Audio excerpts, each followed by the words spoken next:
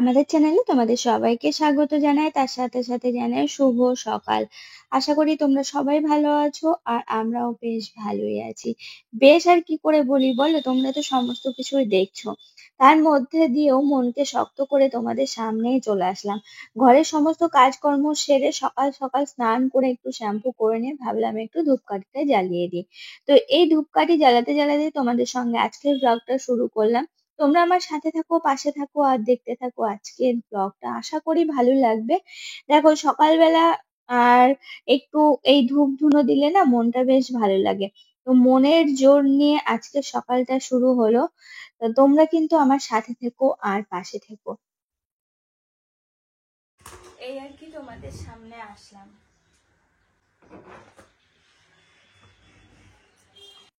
জানো তো, আজকে সত্যি সত্যি মনের অনেক জোর নিয়ে সকালবেলা ঘুম থেকে উঠে তোমাদের সামনে আসলাম। আর আজকে হচ্ছে কি হচ্ছে জানো, আজকে মায়ের শরীরটা ভালো নেই। জ্বর আছে, আর মনে তো ব্যথা আছেই, বুঝতেই পারছো। সবকিছু মিলিয়ে মায়ের জ্বর এসেছে। আজকে সারাটা দিনের পুরো দায়িত্ব আমিই নিয়ে নিলাম। দেখো, বাড়ির সবাই মিলে ভেঙে পড়লে কি করে হবে বলো। তো সেই জন্যই আর কি মনের জোর জুগিয়ে নিয়ে আজকে শুরু করলাম। আর জানো তো, চার্লি যেহেতু খেতে এত ভালোবাসতো, চিকেন হলে না আমি যতক্ষণ রান্না করতাম ওই জায়গাতেই ও বসে থাকতো। চিকেন বাড়িতে আসার সাথে সাথে ওই গন্ধে ও বসে থাকতো। হতো, ভাত মাখিয়ে দিতাম, খেত, তারপরে ওর শান্তি। তো ওর যবে থেকে শরীর খারাপ ছিল, মানে সেই 3 তারিখ থেকে বাড়িতে না চিকেন না মটন কোনো কিচ্ছু আনা হয়নি। মাছ তো এমনিতেই আমাদের রেগুলার হয়, সেরকম ভাবে মাছ হচ্ছিল। তো আজকে বাড়িতে ইলিশ নিয়ে এসেছে, আর নিয়ে আসা হয়েছে মাটন। তো কি বলতো, ইলিশটা হচ্ছে মা আর ওই যে আমাদের কাকু আছে না, কাকুর জন্য, আর বাবা যদি 1 পিস খায় তাহলে খেলো, এই আর কি। সেই জন্য 1 পিসই মাত্র ইলিশ নিয়ে আসা হয়েছে। আর এদিকে হচ্ছে মাটনটা আমরা খাবো, আমি আর অর্পণ। অনেকদিন পর আজকে বাড়িতে মাংস নিয়ে আসা হলো। আর কারোরই যেহেতু মনের অবস্থা সেরকম ভালো নেই, আর চার্লি গেছে আজ বেশ কটা দিন হয়ে গেল। তো আমি বললাম যে আজকে একটু নিয়ে এসো, আমি যেহেতু রান্না করছি, মায়ের শরীরটা ভালো নেই, সবার মনটা যাতে একটু ভালো হয়। খাওয়া দাওয়া সেরকম ভাবে নেই, যেন সবকিছু ঠিকঠাক হয়, নর্মাল করার চেষ্টা করছি। তো সেই কারণেই আর কি একটু রান্না বান্নার দায়িত্ব আমিও নিলাম। মানে আর কি আমিও নিলাম বলতে আমিই নিলাম। তো দেখো, সকাল সকাল আজকে অনেকগুলো পেঁপে পেরেছি। দেখেছো কতগুলো পেঁপে? ওই পেঁপে গাছ থেকে পাশের বাড়ির জেঠিদের দেওয়া হয়েছে। আর এদিকে হচ্ছে আমরা পাশে আর এক মাসি আছে না, সেই মাসিদের দেওয়া হয়েছে। তাহলে বুঝতে পারছো কত পেঁপে তুলেছি।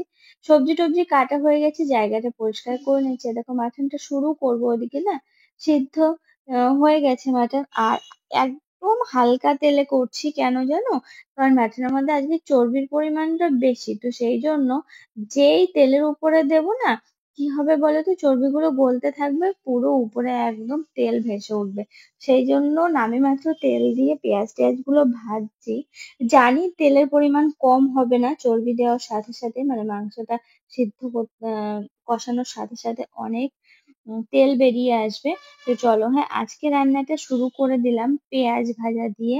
ওদিকে মশলাটা করে নিয়েছি, আর এদিকে মটনটা না অর্পণ খেতে খুব ভালোবাসে, তো সেই জন্য আর কি এটা নিতে বলেছিলাম। তো নিজের মতো করে করার চেষ্টা করছি, একদম হালকা মশলায়। দেখি কেমন কি হয় না হয়, সে সমস্ত কিছু পরের কথা। যেমনই হোক না কেন আমি চেষ্টা করছি যেন বাড়ির সবাই দুটো ভাত খেতে পারে আর কি।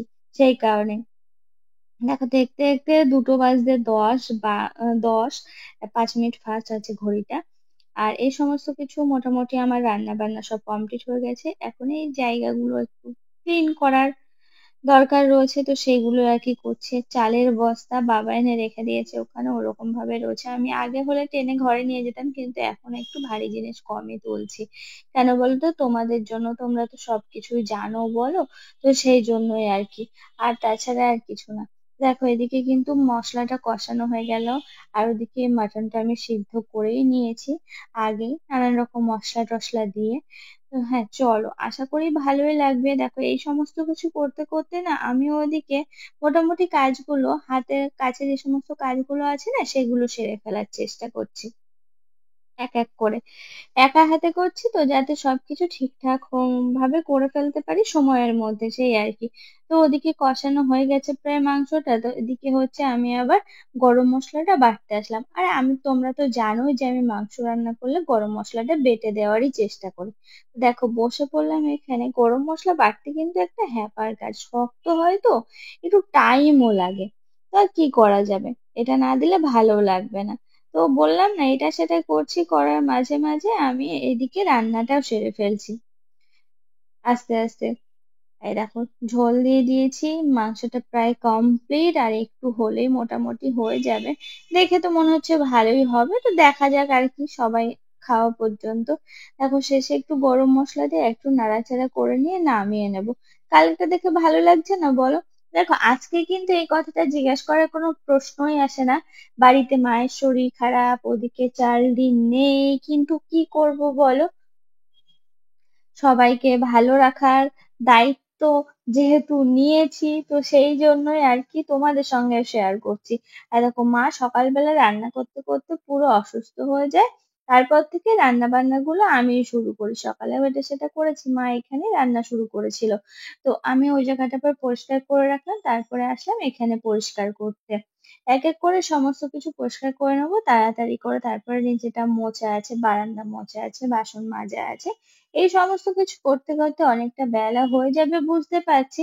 কি করা যাবে বল, সবকিছুই তো করতে হবে, আর আমাদের যেহেতু কাজের লোক নেই, কাজের মাসিন নেই, তো ওই যে সবটা নিজের হাতেই করতে হবে। তো ওরকম ভাবে আর কি করা হচ্ছে, একটা করে কাজ আমি এগিয়ে ফেলছি, কাজের মাঝে মাঝে অন্য কাজ করে করে এগিয়ে ফেলছি, যাতে একটু তাড়াতাড়ি হয় আর কি। দেখো এখন কিন্তু আমি বাসনগুলো নিয়ে বসে পড়লাম সমস্ত বাসন মাজার জন্য। চলো হ্যাঁ, দুপুর হয়ে গেছে, এরপরে ফ্রেশ হবো, মানে স্নান করব, তারপরে হচ্ছে খাওয়া দাওয়া আছে এই কিছু।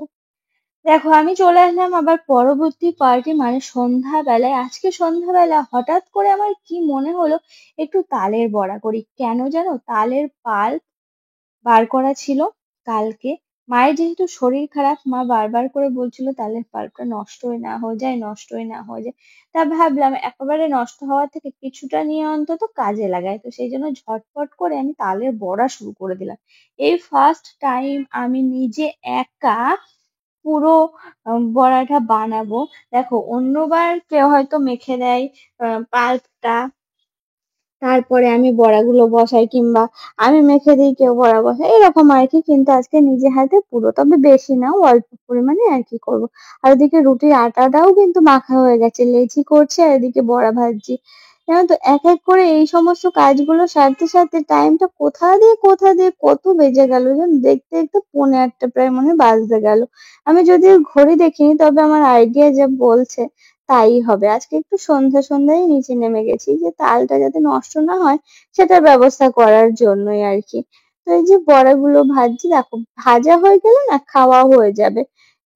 কাকু আছে, বাবা আছে, অর্পণ আছে, আর ওদিকে ছোট্ট হাঁড়িতে কি চাপালাম বলতো, ভাত চাপাবো অর্পণের জন্য কটা।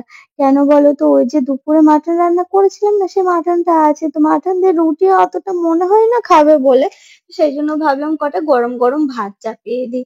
আর রাতে যেহেতু আমি ভাত অতটা খাচ্ছি না, তো আমার জন্য আর চাপালাম না, অর্পণের জন্য 2-4টে ভাত চাপিয়ে দিলাম। আর এদিকে রুটিটা আমি সেঁকে নেব, তার জন্য তাওয়াটাও চাপিয়ে দিলাম। আর এদিকে রুটি আমি অনেকগুলো আগে বেলে নিয়েছি, কেন বলতো অনেকগুলো রুটি করতে হবে তো। আর একা হাতে করছি, অন্যদিন তো মা থাকে আমি বেলি, কিন্তু কি বলতো মায়ের আজকে শরীর খারাপ, তো মাকে বলেছি তুমি পুরো রেস্ট নাও, পুরো দেখো শুয়ে আছে। আর এদিকে হচ্ছে আমি ওই জন্য বেলে নিয়েছি বেশ অনেকগুলো, এক এক করে সেঁকে নেবো, ওই এটা সেটা করতে করতে হয়ে যাবে আর কি, কি করা যাবে। করতে তবে রোজ তো আর করছি না, রোজ তো দুজন মিলেই করা হয়, আজকে না হয় একাই করি। আর ওদিকে ভাত চাপিয়েছি, রুটি সেঁকছি, তার মাঝে চলে আসলাম কলা কাটতে, কলা ভাজা করবো বাবার জন্য। অর্পণের মাটন আছে, ওটা হয়ে যাবে। কাকুর রুটির সাথে তরকারি আছে, সেটা হয়ে যাবে।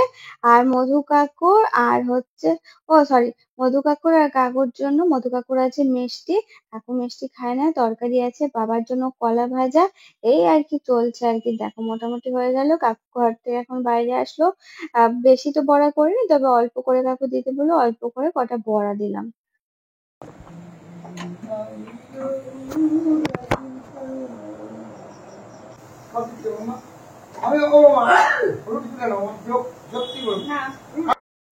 ওদিকে রুটি কমপ্লিট, কাকুকে রুটি দিলাম, আমাদের কাকুর জন্য হটপটে ভরে রাখলাম, বাবাকে খেতে দিলাম, বাসনগুলো মাজলাম, তারপরে আমার আজকের মতো ছুটি। এই দেখো, এই রুমটা হচ্ছে আমার সেকেন্ড রুম। তো এখানে আসলাম, আর দেখে তো বুঝতেই পারছো পুরো ফ্রেশ হয়ে নিয়েছি, মানে গা ধুয়ে নিয়েছি শান্তি করে অনেকক্ষণ ধরে, পুরো সুন্দরভাবে গাটা ধুয়ে তোমাদের সামনে আসলাম, কারণ তোমাদেরকে শুভরাত্রি জানাতে আসলাম।